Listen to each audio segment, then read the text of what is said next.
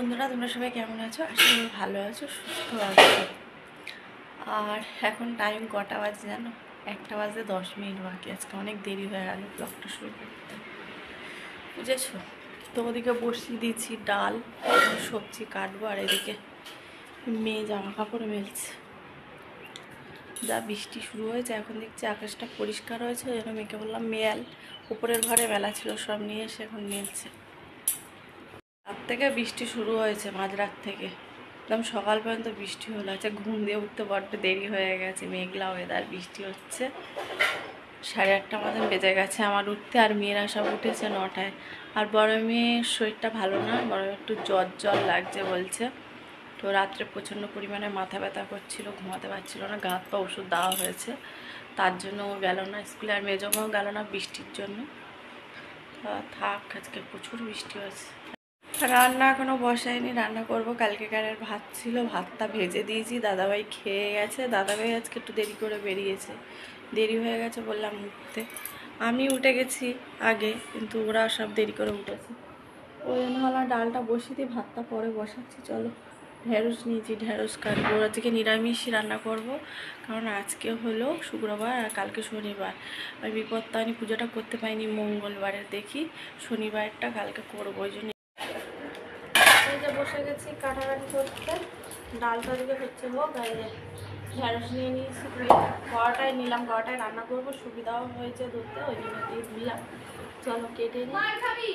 আর বললাম আছে নিরামিষ করবো, যেহেতু কালকে বিপত্তারিণী বারটা করবো, মঙ্গলবারটা করতে পারিনি, একটু প্রবলেম ছিলাম তার জন্য।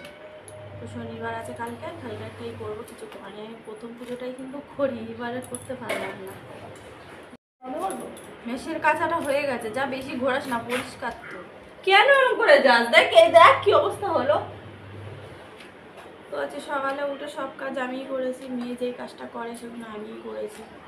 কারণ যেহেতু শরীরটা খারাপ ছিল, আগের দিন রাতে ঘুমিয়েছে রাত করে, তাই জন্য আর ডাকলাম না। ডেকেছিলাম ওটার জন্য, খাওয়া দাওয়া করবো, পরে উঠছি শরীর খারাপ, তাই আমি ঝাড় মোছা টোছা করে নিয়েছি সব সবাই।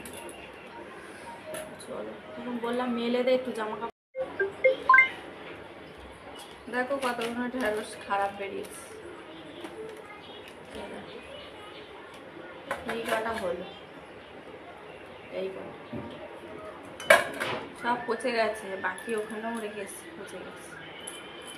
বৃষ্টি হলে না, বর্ষাকালে সবজি কেনা না, মানে কি বলবো, চাপের ব্যাপার। অল্প অল্প করে আনতেও বলছি, সবজিগুলো পচে যাচ্ছে, এই বেশি বেশি করে আনে আর পচে যায়। ঢেঁড়সটা ভাবছি চচ্চড়ি করবো আলু দিয়ে। আচ্ছা, চিংড়া এই যে দুটো ছিল, নিয়ে নিয়েছি, কালো জিরে দিয়ে একটু পোস্ত দিয়ে ভাজা বাতন করে খেতে ভালো লাগবে।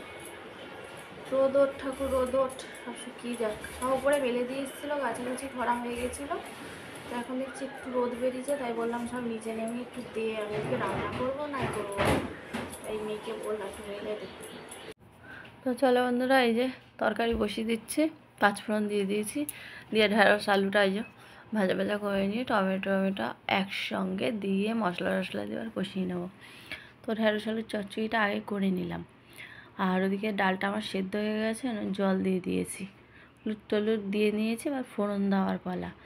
তো আর করব চিচিঙ্গা ভাজা। চিচিঙ্গা ভাজাটা করব, যে চিচিঙ্গাটা কোনো কাটা হয়নি। চিচিঙ্গাটা যদি কাটা হতো, আগে চিচিঙ্গাটা ভেজে নিতাম, তারপর ঢ্যাঁড়স আলুটা করে নিতাম, কিন্তু কাটা হয়নি, যেহেতু ঢ্যাঁড়সটা আগে কেটে নিয়েছি, তাই ঢ্যাঁড়সটাই বসিয়ে দিয়ে তারপর চিচিঙ্গা ভাজাটাও করে নিয়েছি। তো এইবারে দেখো ভাতও হয়ে গেছে, ভাত বসিয়ে দিয়েছিলাম, আর এই যে চিচিঙ্গা ভাজাটাও হচ্ছে।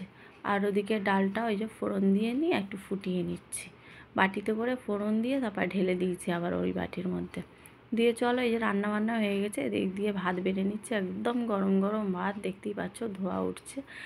আজকে এই রান্না বান্না হয়েছে ডাল, ঢেঁড়স আলু চচ্চড়ি, চিচিঙ্গা ভাজা পোস্ত দিয়ে, বেশ লেগেছে খেতে নিরামিষ খাবারটা। চলো খাওয়া দাওয়া করে নিই, এই যে বসে গেছি, আবার সন্ধেবেলায় আসছি।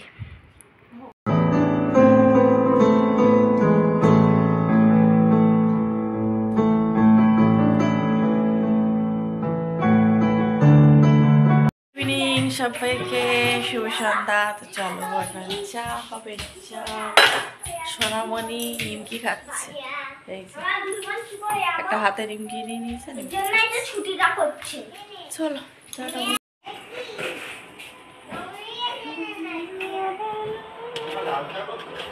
ভাল লাগে না লাল চা খেতে? কেন? হ্যাঁ পড়বো তা জিজ্ঞেস করলে কেন? এমনি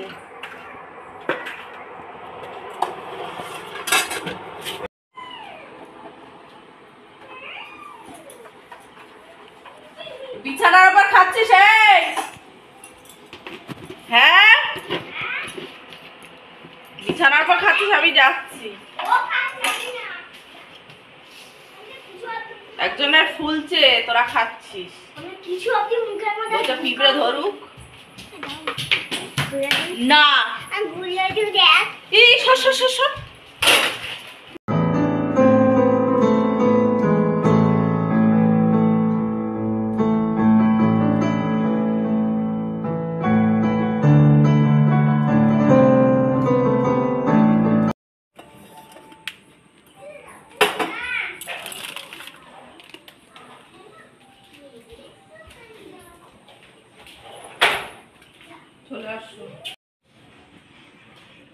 কি হচ্ছে? দিদি ভাই তিনটা ডাক করছে বোতলটা বসে টেল টেল করে। 9টা বেজে গেছে।